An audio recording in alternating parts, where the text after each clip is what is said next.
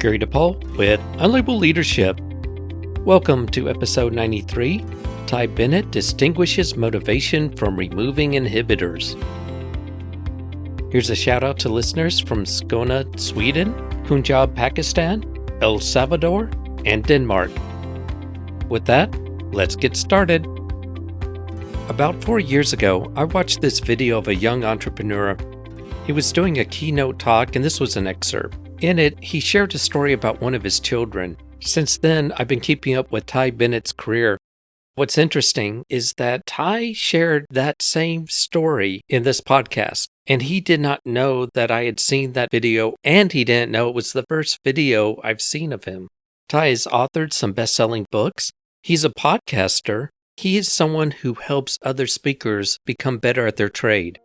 Oh, and one more thing. Every Monday when you wake up, you might want to tune into Ty's YouTube channel, where he shares what he calls the Monday Morning Mantra. Give it a try. Part 1. Unintended Self-Infliction. Leadership is challenging. When you lead, you make mistakes, you get caught in the moment. You're human after all. Sometimes you just need a break. What's great about leadership, though, is that you continuously learn. You learn from your mistakes, you learn from your challenges, and you learn from those things that test your character. In this story, Ty shares something that can happen to any of us at any time, and it does. Here's Ty to explain. My background is as an entrepreneur. My brother Scott and I, when I was 21 and he was 22, started a business in direct sales. I mean, the long story short of that, we built that to about 25 million a year in revenue while still in our 20s. And that then opened the door for me to, one, really understand and discover a passion I have for speaking and training, but then also build a platform that I've been able to use to go on and do the things that I do now.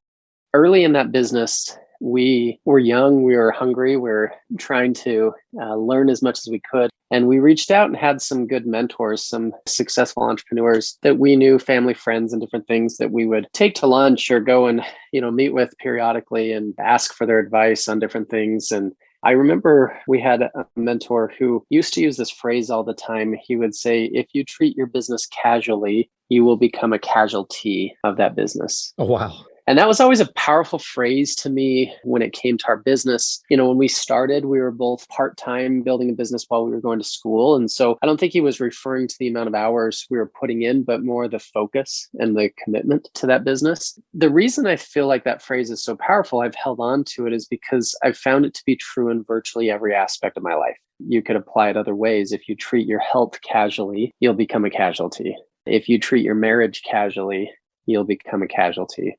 This one hits hard for me. If you treat parenting casually, your kids will become a casualty. When you think about the result of that, that phrase rings true in so many areas of my life and reminds me the level of commitment and engagement that I need to have. If I want to get something out of anything, then I control only what I put into it. That's a phrase that has always really resonated with me and has stayed with me for more than 20 years. When we're in certain situations, I think people are aware of taking the situation for granted and not taking something casually, but those same people could be in completely different situations and not realize they're doing just the thing that they wouldn't do in those other situations. For sure. I mean, and we're all guilty of that. Like, to say I'm not would be a lie. I'm sure I am at times. And we go in and out of it, right? Depending on our motivation and our level of distraction or what we're allowing into our lives. Sometimes we're busy. And so some things have to be put on the back burner. And so I've always been a big believer that in life, it's not about balance, it's about harmony, because we always have to prioritize certain things. So we can't balance our life and give 6 hours equally to every facet of our life or whatever the number might be. In those priorities, do we still prioritize what's important and make sure that that's given time, even if we're tired, even if we have other things on our mind? Just because I use the example with a parent, I have 5 kids, and there are definitely times as a parent that you don't want to show up as a parent, right? I mean, there's times late at night that my teenage daughter will be up still studying at 11 p.m. and I'm exhausted. when I go in her room, those are some of the conversations. If I'll just forget my own feelings and agenda and sit down with her, those are the conversations that are meaningful. I think that it's a constant balance, it's a constant process that we're working on, and we do fall short in certain areas and succeed in other areas. And I think we're always trying to readjust and make sure we're hitting all those areas as much as we can. Well, bless you for having 5 kids. That is wonderful. Children are Zen masters. They teach us patience and so much more. Oh, they do. They're awesome. Yeah, my kids right now are 15 down to 1. And wow. So we have a pretty big gap. They're amazing, though. They're so much fun, and it's a lot of work, but we wouldn't have it any other way.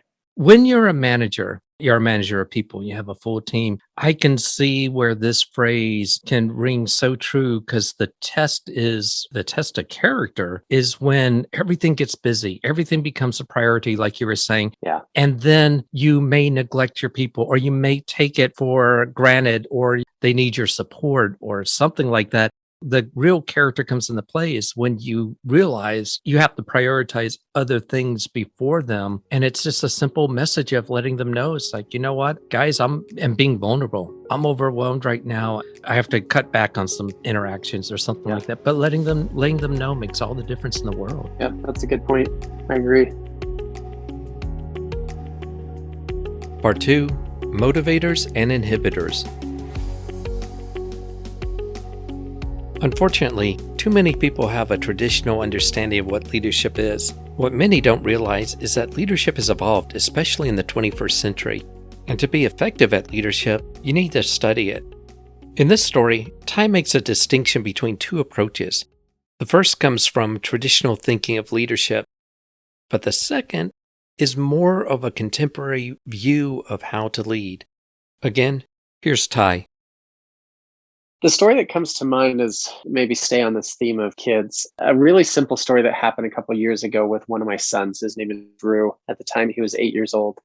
I was sitting in my kitchen. If you were sitting there with me, I was on my phone. The refrigerator was kind of back behind me to the right. And I heard Drew behind me say, "Dad, can you open the fridge?" He was 8 years old. I was responding to an email or text or something on my phone, but he was 8. He knows how to open the fridge. So I didn't even look up. I said, "Drew, you can open the fridge." And then I heard Drew behind me almost crying. And he goes, "Dad, can you open the fridge?" So I turned around and I looked. Drew was holding 6 Matchbox cars in his hands. My reaction was pretty quick, but as I've thought about this experience, I really think I had a couple of options from a leadership standpoint. Right in that situation, I was his leader. I could have motivated him. I could have said, "Drew, you can do it. Just open the fridge, try harder," or something. But what I did was I said, "Drew, put the Matchbox cars down." He put them down. I said, "Drew, now open the fridge." And he opened the fridge like he had never done this before. He's all excited. That's a very, very simple story. But I also think it illustrates a point that I think leaders, we often miss. I have thought about in my own leadership and as I've worked with other leaders that we often have the option to lead by simply motivating, or to actually get in the trenches and help remove inhibitors that are stopping people from being effective. When you start to prioritize those 2 approaches, removing inhibitors has to be priority number 1. Because what stops our people from moving forward is they have some kind of roadblock. They have something in their way. And as much as we want to motivate them, if they're hitting against a wall, that's not helpful. We have to help them remove the wall. And I say that clearly in the way that I said it, help them remove the wall. That doesn't mean we just do it for them. Sometimes we do. Sometimes they're going to do it on their own. Sometimes we're going to do it together. But I think the mindset shift for me and understanding that my role as a leader was to better equip people, was to help them to be more effective and to remove any obstacles or inhibitors that are in their way, as opposed to just straight motivation. That was a big shift for me, an eye-opening experience, and something that I think has allowed me to be more effective as a leader. That applies to so many different things. If you have one of your employees who is having financial troubles, giving that employee money is your first way, or helping that employee learn how to better manage finances, take care of their business better. Absolutely. Yeah, become more aware of their spending is so much more powerful. And I used the word character earlier. The latter is how you help people build character, and the former is it may not help build character at all. The example you just gave illustrates another point that I believe is that leadership is individual, it's not collective. there are probably inhibitors, roadblocks that are stopping everyone on our team, right? They're systemic within our organization. Maybe we need to change a system or a process or something. Streamlining efficiency is great, but more often than not, those inhibitors are more individual in nature. They're affecting one person in certain ways because they don't have the knowledge of something, or they haven't developed a skill in a certain area, or they have a particular fear or weak point or something. And the reality is, unless we get in the trenches with our people, unless we know them, unless we're involved and engaged, we don't understand those pieces that are individually impacting them and in a way that we can actually help. With each individual, just like you were saying, the barrier affects them differently, or the extent of the barrier or the inhibitor is different because everyone has different needs or different points in their lives and their development. Just like you said, if you step in to the trenches and really get to know your people, then you can provide the appropriate level of support, whether it's coaching or consulting or just giving them a nudge. It really depends on the individual. Yeah, absolutely. I agree with that. I like the way you said that, because I think there's different leadership approaches that are required in different situations, right? It's not always just us jumping in and modeling exactly how do we do that. Sometimes we're hands-on. Sometimes we empower them to go and do it on their own, and we're there just as a support mechanism to answer questions or whatever that may be. I think great leaders understand their people very in depth, and through that, they can help them to be truly effective at what they do, which ultimately is what you want. We want to build other leaders. That's what leadership is all about.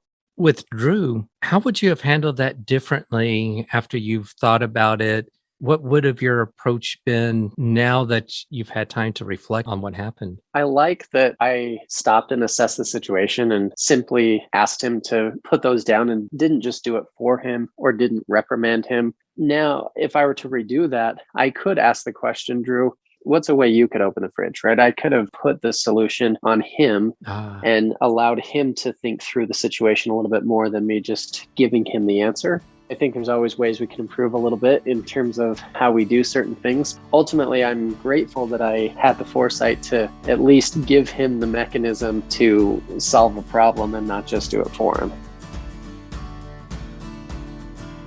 Part 3, one behavior required to lead effectively.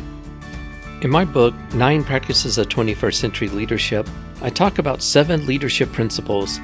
The 7th one is develop leadership practices continuously. And there's an underlying belief with that, which is to become fluent at leadership, practice leadership regularly and monitor your effectiveness.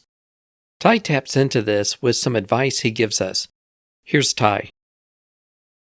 Given what I do, I've written books on leadership and I speak on leadership. I could probably go on for hours giving ideas on how we can be more effective leaders. I'll just give a couple of thoughts. One, I think that it starts with the mindset of just wanting to improve, being humble enough to recognize that we have areas in which we need to improve. We don't know everything. We have opportunities for growth constantly, and that leadership requires that. If you're listening to this podcast, I think you understand that mindset. If you're showing up to try and hear new things, read new things, develop in different ways, I think that's where it starts, because we've never figured it all out. We probably never will. The minute we feel like we do, we probably are moving in the wrong direction. So I think it starts there. I also think that from a leadership standpoint, recognizing that ultimately as a leader, you're in the people business is important. If that's the business that you're in, which I think every leader is, then learning how to build relationships, learning how to build influence, learning how to connect, how to hear people, how to engage, those are all skills that we can learn and we can develop. Learning how to communicate more effectively, learning how to win in the people business becomes a constant pursuit. We could dive into different ways that you can do that. And that's a lot of what my work is, where I talk about different strategies and different approaches and how to communicate more effectively and all those things. But just from a high level standpoint, if we were to say, as a leader, I need to be constantly learning and growing. And as a leader, I'm in the people business. So if I prioritize connecting and winning with people, that's the areas where I need to spend most of my time in growth so that I can get better in those arenas. I think we're going to be pretty well equipped. I think if someone says that they have mastered communication, I don't think they mastered communication. The building a relationship is a continuous process, and there's always opportunities to learn no matter how effective you are. Absolutely. And recognizing that relationships are kind of a living organism. I mean, think about like your closest relationships. Are there times that you feel like you're closer than other times? For sure. And part of that is just you and the other person are growing and changing, and we have to continue to make sure that relationship stays in a good place, and that we're supporting them through those things. Everybody is dealing with and going through all sorts of different processes at different times in their lives. So yeah, I agree. It's a continual process. I personally believe the whole point of this life is growth, and I don't think that ends at any particular age. I think it's a lifelong pursuit. My thanks to Ty Bennett. If you'd like to learn more about Ty, go to the show notes. And if you have a comment or question, go to unlabelleadership.com, click the message icon, and you can leave a voicemail message for up to 1 minute. I'd like to thank those who contribute to the show. Your contributions make a difference because this is an all-volunteer service. Mostly, though, I'd like to thank you for listening. This is Gary DePaul. Until next time, lead on.